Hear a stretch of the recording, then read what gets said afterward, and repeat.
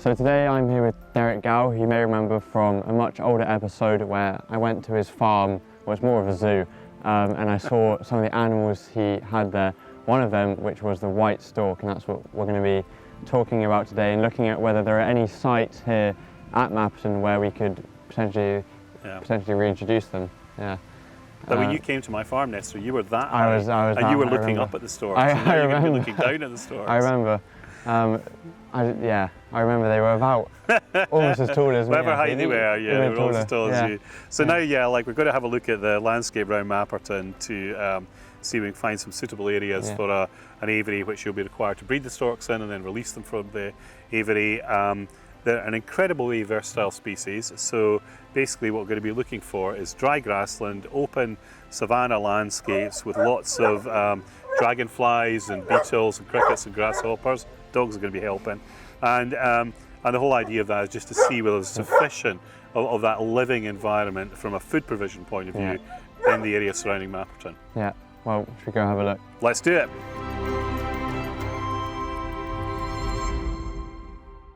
And you can hear the skylash, yeah, it's brilliant. But this was originally arable then, wasn't it? Yeah, I think 2 years ago or something it was. So this is one of the areas where your dad's thinking about putting the enclosure? Yeah, because this is the main drive-in for the visitors. The only thing I would say is that this, from a foraging habitat point of view, I think is going to be brilliant. It might be a bit exposed. Yeah. Because if you think we must be standing very nearly on the top of the hill here. Yeah. Do you think? Definitely, especially up towards there. I mean, okay. Eventually once these trees. But this, I mean, they like this. I mean, what you might do is say, right, okay, what we're going to do is we're going to overwinter all the birds, cut migration for the first year, not let the babies go, keep them till they're 1, and then let the 1-year-olds go, and let the 1-year-olds go tail end of maybe middle of May, and then by then there's all sorts of things to feed on through here. They're pretty. I mean, already you can hear the crickets. So I don't think I've fully realised that you've got to breed them here first. You've got to breed them here first, because then the birds think they are from here. Okay. And then the chances of them coming back are not unreasonable. Okay. So really, what's the prevailing wind is pretty much where? From the west? So southwest, west, yeah. Okay. And so what, you're thinking that these sorts of trees would be too exposed if they were to build a nest, or? No, I just don't know. I mean, the thing is, I don't know what they do nesting-wise. I mean, you might even find, see that, whatever that is, that conifer there, that's some, I mean, there's actually, it almost looks as if there's do you get ravens nesting here? Yeah. Something's come off a nest there. So see where you've got those kind of flat heads and flat side branches, they might use that, but I mean, they're not going to be struggling for nesting areas here. Yeah. They're like the big oaks and stuff like that over there, they're also quite likely to use if they stay here. So what you're looking for is an area where they can come out, and they come out into a landscape that they can see, not woodland, okay? Because then they're into trees, and when the young birds go up, it's difficult for them initially in the first wee while when they're flying to orientate themselves. And especially they're quite large birds. I can imagine difficult flying through. So you want them to be out and up and looking. Yeah. And this would certainly do that. But I'm just wondering, you know, having said that, I'm just wondering if down in there at the bottom of that hill might be a bit more sheltered. And if that works into your walk, then that would be fine. Maybe you could even put them in the enclosure. Yeah. Well, do you want to head down there? Let's go and have a look there, shall we? So, to give you an idea of where we are, we've just come down from the far side of the gallops and we're by the deer enclosure up here. And this is one of the sites which is a bit more sheltered. It's very sheltered here, that's for sure. Yeah. And in fairness, I mean, so if you've got to think of something that's going to be tall, it's going to be telegraph pole height, you're going right up. And so the birds, when they come out, you know, they've got space to look at where they are. I mean, in winter, once all the trees die back a bit, it may become a bit less exposed, a bit more exposed. Does that valley have a stream in it or anything else? It's not got a proper stream, it's got a bit of a wet puddle going on the bottom.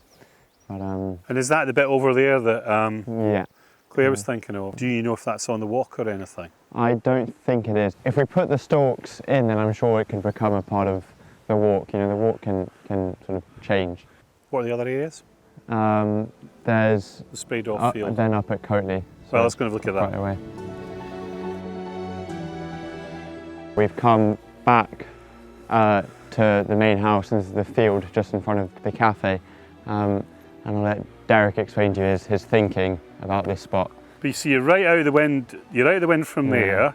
Anything going up has a cracking view of the landscape.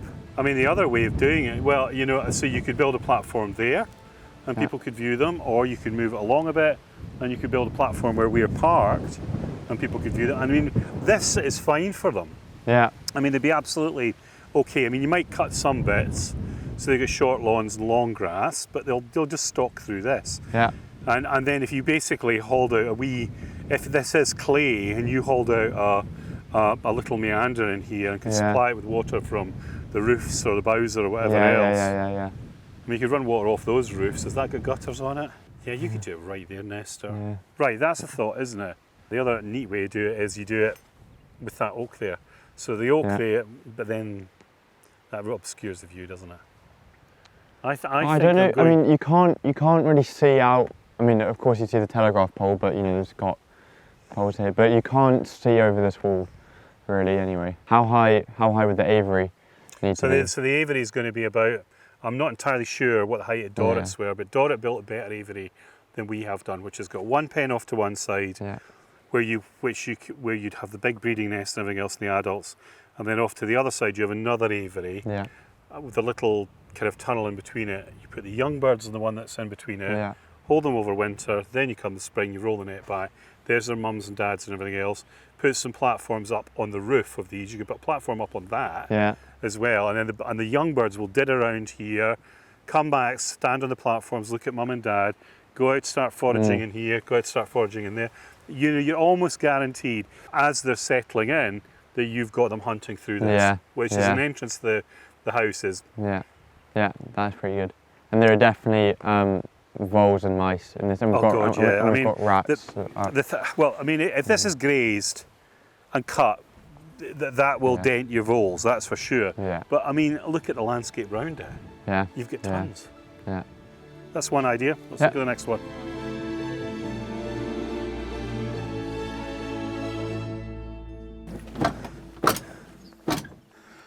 Yeah, see, this is nice because it gives you a landscape eye view of what feeding opportunities there are. Rough grassland, field voles, insects. That's going to be here, I take it, as well. You know, again, more rough grassland, field voles, insects. Yeah, so Mapperton, so you can sort of see there's the conifer plantations, that's not us, but the kind of ancient woodland is. And it extends to the farm just sort of 12 o'clock up to that hill, so it's most of what you can see in the sort of foreground, apart from the hills at the back. Yeah. It's not. And then what's that over there? That's not your land. That's the field we were in. That is not all of that, but quite a decent amount of those. I don't know exactly where, but definitely. Yeah, so the point being, there's more grassland, rough grassland over there. You can hear all the yellow hammers, which we didn't really have. That's fantastic, isn't it? These bits nice. Yeah. And I mean the other bits. And I mean, there's much more of this as well, where we're about to go. Yeah, okay.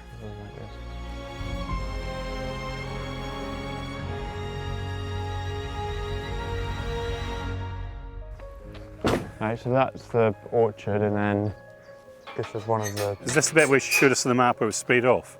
No, that's further down. Further down. There are the ponies. Was this any part of this ever a hunting park? It was for snipe. But nothing older than that? Potentially, I'm not probably the best person. Ponies are doing well. Okay, so you could do something here, but why? And it's very, very surrounded by trees, and it's a long way from people. Yeah, I mean, if we just walk up, it does open up quite a bit into the next. And then the other thing is, like, you know, we're talking about the grass and foxes ambushing them. Yeah. I would suggest not. Well, it's really nice because the up and down nature of your land is these wildflower communities that survived. Yeah. You're very, very lucky. This area in particular, I mean, obviously you can't do anything arable here, so it's never really... Yeah.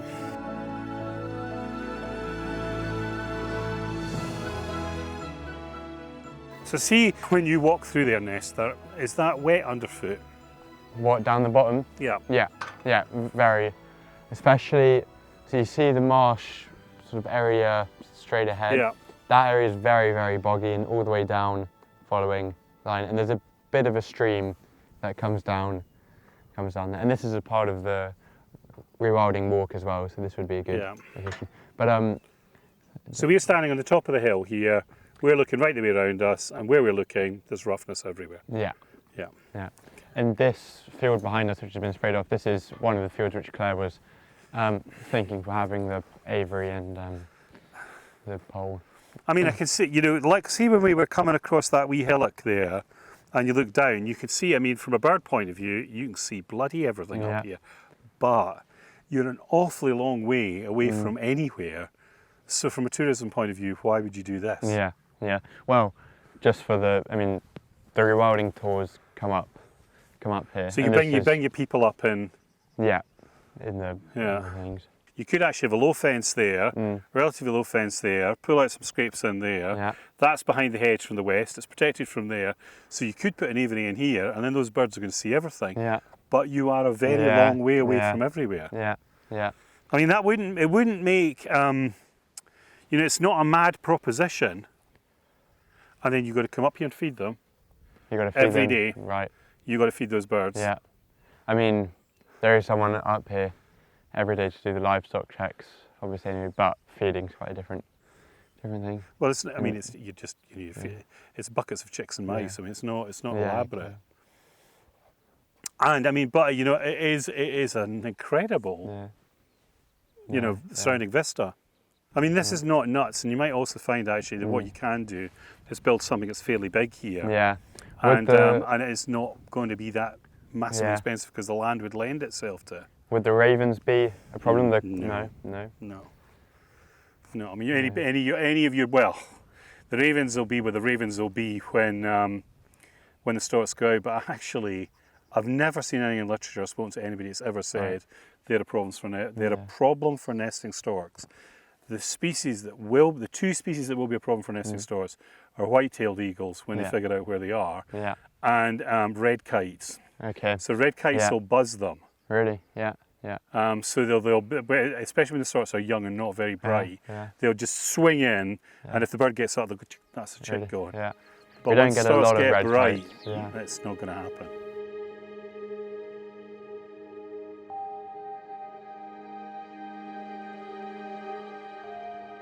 Right, so these nice coarse grass tussocks, so this is not cut.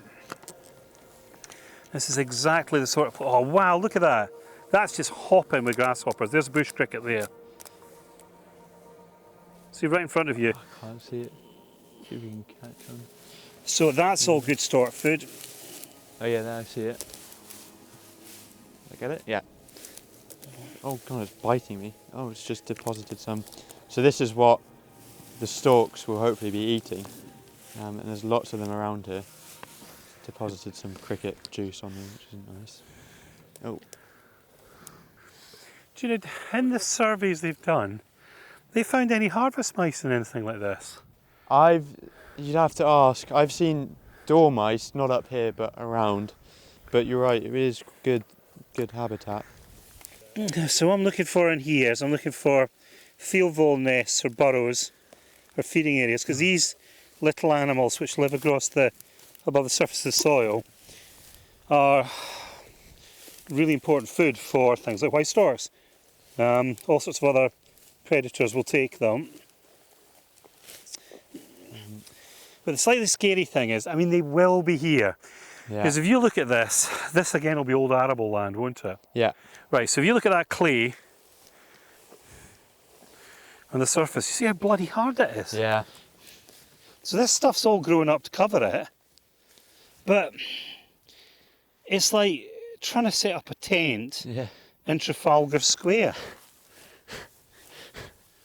I mean, it's bloody hard growing. Yeah, especially because it just gets so dry. Look at this. So you're probably looking at that's field vole cutting. See how that's just been snipped off. So they're here.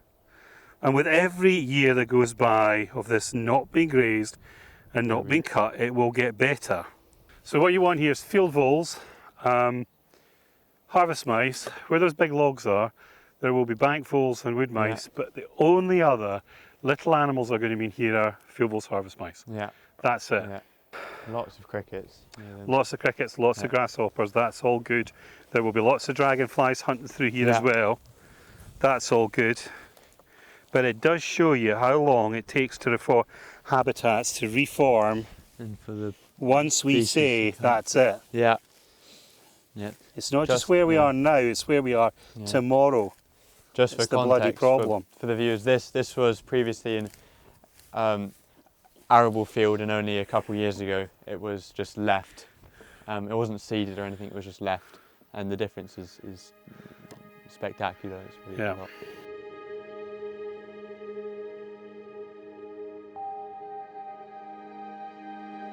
Right, so we're up at what we thought would be our sort of final potential location, and what are we thinking? Yeah, I think over in this corner it's definitely doable, because again you've got a group of trees that break the wind, so you could sneak something into there and it would be quite sheltered from the weather and vast open landscape around them. I mean, we just walked through these fields here, you've been catching grasshoppers, it's stuffed full of them. They're just jumping out everywhere. There's loads of food. Everywhere, and you can hear them, I'm sure. Yeah. So which are we thinking for the best option? I mean, I guess it depends whether we want best for the storks or potential for the tourism. Well, the best with the tourists is almost certainly not going to happen. Yeah. But I mean, you know, as far as the storks are concerned, you could do it either here or over near the log pile there, or up where that wet gap is there. Yeah. Which is, but these are all a long way from anywhere, and it's how you bring people up here. Yeah. So. And the water up here would be an issue. Bowser. Yeah. That's a lot of running up and down. Yeah. I mean, they might also, but the other nice thing is they might also tip into these pastures. Is this your land here? This is, I think, where the sheep are. Across into that field where the tractor is, that isn't. Yeah. So you have options, and there's sound options. All of them, there's a slight issue, but that's life. Yeah. So still more to decide. Yeah, more to decide. You can leave that to your dad. That can be. There you go. The power of command is at the end of the day rests with him. We just present options. So once we do decide our final spot, or rather my dad decides the final spot, what are the next steps to getting storks here at Mapperton? Right, so the next steps are you decide the final spot. We design an aviary which is going to give us the ability to breed adult storks, so that every year they produce a crop of chicks which can be released. Another little aviary attaches to that, so you can put the crop of chicks in there and let them go, but not the adults go, because the adults want to be here for their lives, for the baby birds to orientate themselves around as an anchor. And then we acquire the birds. At the moment there are a few birds in captivity, they can be got. If they're very young birds, it will take them 3 years to breed. So ideally you'd want breeding birds, but you know, there are not so many of them. So those are the next steps, are agree site, build aviaries, and sorry the birds. And then your journey begins. So we've still got a few years until there'll be... You've definitely got a few years. And I would think, you know, before this is done, you know, from what your dad said, possibly make a decision this year, possibly start building the aviary next year, this year, and then the birds come next year. So.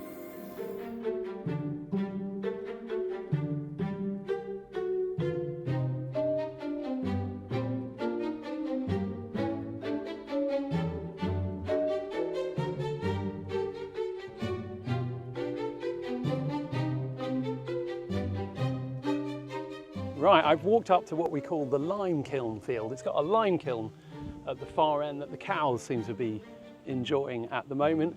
And I've come to meet Rob Bowditch, who has been on Mapperton Live before, Rob. I have, yes. A couple of years ago, I think. It's been a little while. Yeah, it was, yes. Welcome same back. spot there, I think, wasn't Same spot, same thing. And we just thought we'd come back because Rob just has the greatest job in the world. I mean, if I wasn't doing some of the other things I'm doing, I just think what you do is just fabulous, because he has a T600. Is that right? Is that what you call it? Yes, yeah. yeah, 56 horsepower, remote controlled tractor really. Is it? Yes. But it's more than a tractor. Yes. Tell us what it does. It's basically used for working in remote areas and steep ground, and it takes the operator out of the danger zone basically. It has it can go on up to 45-degree slopes. 45-degree slopes. Working across them. Yeah. Cutting anything bramble, bracken. Is this the same one you had before, or have you? No. New model. New model. Well, yeah, it's the same, but just upgraded. Upgraded. So, yeah. New last year, this one. Was it? So, yeah. What does it do that the other one couldn't? Nothing. It's Nothing. exactly the same. So just keeping them new, fresh. Doesn't he? So you've got this just enormous engine. Yes. You've got your Caterpillar tracks with your remote control, Yeah. and then you've got what, a flail on the front. Is that what you call it? Yes, exactly that. Yeah, it's just like you see on the tractor on the roads cutting the hedges. Yeah. Very similar. Just lower down. Just lower down. Swinging hammers and just knocks up everything. And do you have kids come up to you and say, Yes. I'd like a go on that? Yeah. And what do you say to them? Yeah, if I'm on flat ground, yeah. Do you? Yeah. Was that? So long as it's not I'm cutting, a obviously. kid. Yeah, I'm a if kid. you want to have a go, Can I, yeah. You sure? Yes. Yeah. I didn't think we were going to get that. Okay. If we go out away from the vehicles. You can have a go. Just sort of along there. Yeah. Fantastic. This is so exciting.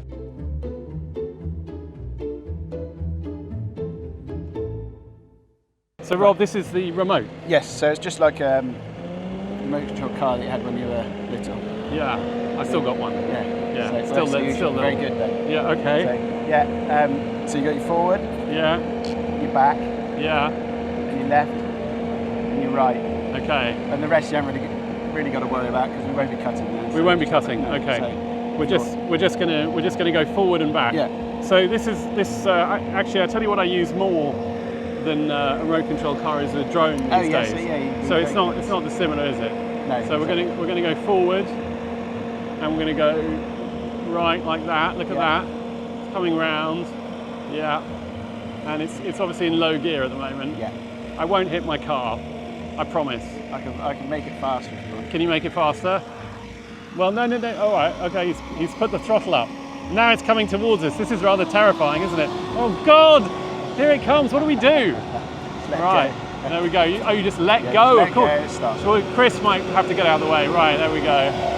It's very fearsome, isn't it? Yeah. How fantastic.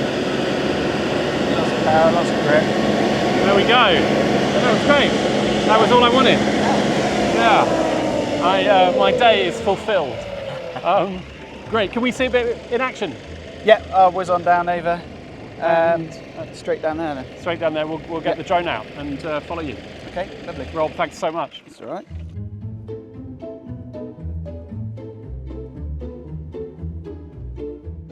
The question would be, why are we doing this? Why do we need to bring out a robot to cut the scrub and the bracken? And the reason for that is quite simple, that part of our process for maintaining the countryside here is actually to control some of the scrub and bracken. If we let it all dominate, then it will potentially take over from existing plant species, in particular the variety of different grass species and flower species that we have in the mix in this field.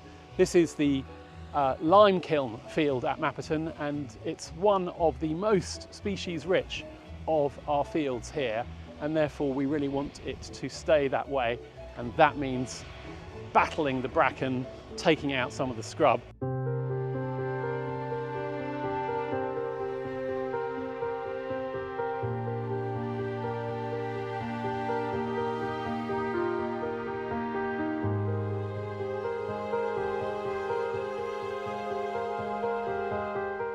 One place we won't be bringing the RoboCut T600, which was that extraordinary machine, is this field here. Now, this is an arable field that is reverting and has joined our rewilding project.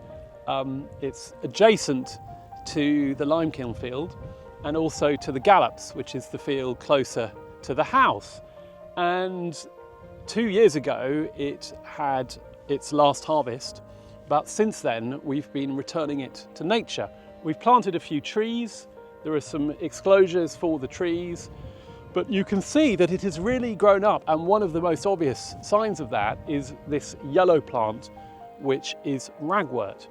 And ragwort is a very contentious species in the UK because it can be poisonous to livestock, particularly when the plants are harvested as part of a hay cut. So if dried plants end up being eaten by horses and cattle, that can be causing some real problems with its toxicity.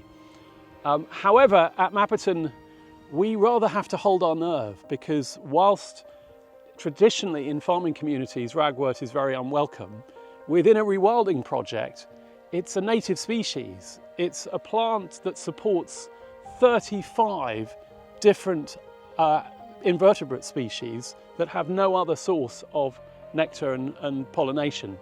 And that includes famously the cinnabar moth, which is a wonderful black and red moth that feeds on this plant. I think there are several other moths that do as well. So it's important for biodiversity, but we also need to be mindful of the worry that it creates with our neighbours. So one of the things that we've done here is to create a strip of at least 50 metres, actually in most places it's 60 to 70 metres, so that the dispersal of the seed does not encroach on neighbouring land. And the science that has looked at seed dispersal from ragwort suggests that almost no seeds make it more than 15 metres from the plant. So that 50-metre buffer should really stop that from happening. And in certain places we're also pulling out the ragwort by hand. And what we expect to happen is that over the next couple of years, other species will come in, start to dominate, and the ragwort will die back. Having said that, I've been travelling across the UK this summer and there's ragwort everywhere. I think it's just one of those years. Combination of factors have led to much more ragwort than usual, probably all that rain that we had and now this rather late summer. Anyway, it's rather beautiful and I think we should be enjoying it as all the insects are. You know, the fact that it's here doesn't mean that it'll be here in a couple of years.